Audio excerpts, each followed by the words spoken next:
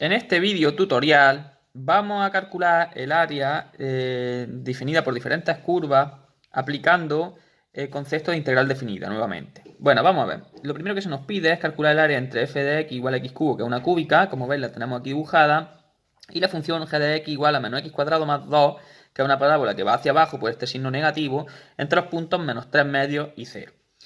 En primer lugar, pues representamos las funciones g de x, como veis, la hemos trazado en azul y f de x en rojo. Y luego, pues los límites de integración, menos 3 medios, la recta vertical en menos 3 medios y 0, que coincide con el eje de ordenada, el eje Y.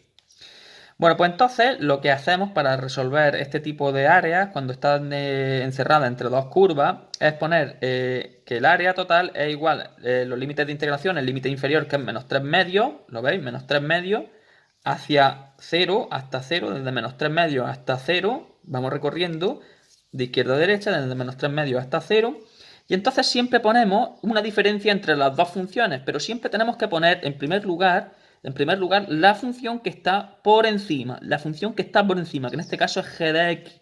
Por eso ponemos g de x que va por encima, la que va por encima, menos f de x que es la que va por debajo. La de por encima menos la que va por debajo.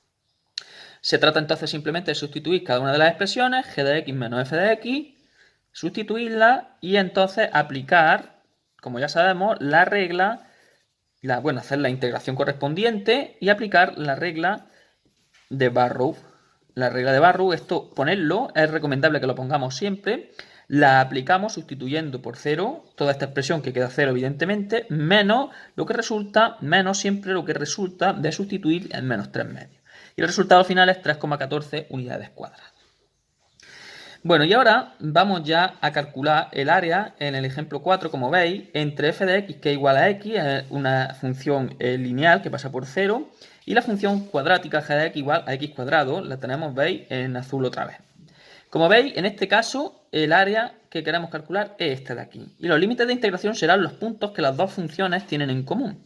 ¿Cómo sé entonces qué son estos dos puntos exactamente? Pues esos dos puntos resultan de igualar, hay que hacerlo así, f de x a g de x para calcular los puntos. Entonces, esto será realmente igual a x e igual a x cuadrado. De aquí nos quedará la ecuación, pues si queremos pasar esto a la derecha o esto a la izquierda, no, me da igual. Lo voy a pasar esto a la derecha, x cuadrado menos x igual a 0, sí, solo sí, ¿vale? Y de aquí ya sabemos que sale x igual a 1 resolviendo la ecuación y x igual a 0 de segundo grado. No me voy a parar a resolver eso en este momento, puesto que se supone que deberíais de saberlo ya. De aquí resultan los puntos 1 y 0, ¿vale? Entonces, para saber cuáles son los puntos siempre tenemos que resolver la ecuación, igualar las dos funciones que nos dan. Y una vez que ya tengo eso, pues empezaría a proceder como en el ejemplo anterior. Esto es la integral entre 0 y 1, de la función esta vez que va por encima, lo veis, en el área sombreada f menos la g que va por debajo, menos g de x, se sustituyen las expresiones, se aplica nuevamente la regla de Barrow,